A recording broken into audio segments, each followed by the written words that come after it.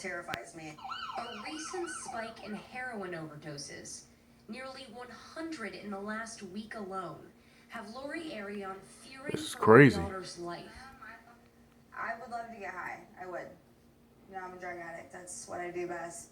April is 22 years old, and she's been using heroin for the last 6 years. In those years, just today, she's lost about a dozen friends. Overdose. I just had one of my friends die, I think, yesterday morning, and she left 4 kids behind.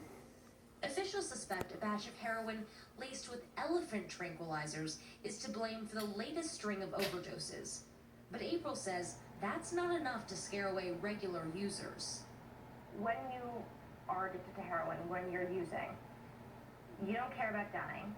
You're just chasing the next high. And for a lot of people, hearing that there is a souped up strain of dope on the streets, that's actually appealing. Yeah, definitely. Absolutely. Because you stop getting high. That's why they call it chasing it, because you stop getting high. You're staying well, you're staying not sick. So when you hear that somebody's overdosed, or you hear about these crazy new drugs, you know, you're thinking like, well, all right, it's about time. I'm trying to get high. I mean, that's all you've been trying to do. So that means that with this new strain of heroin that's cut with an elephant tranquilizer, I am very sure that there are heroin addicts who are actively looking for it and thinking that the people that are dying are doing it wrong. They're doing too much. They're not, you know what I mean? They're just thinking that they're gonna find a way to get really high and not die. Or if they die, they don't really care. But they're definitely looking for it. I would be. My son's on drugs, and I think he's overdosing. I think he's overdosed. He's awake. No, he's awake, but barely. He's not breathing. Okay, what's he on? Heroin, I guess it's fentanyl.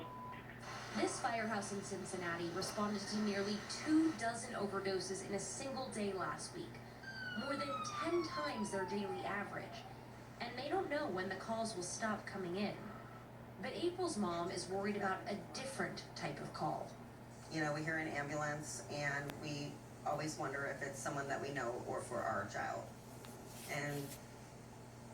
And that's something that we live with every day. You know, we go to bed at night wondering if we're going to get that phone call.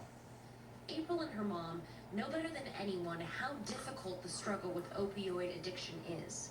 I'll do any drug you put in front of me, so it's definitely a struggle. It's really hard. It's difficult because we can't like love them out of it, you know, so we love them so much, and there's nothing that we can really do for them.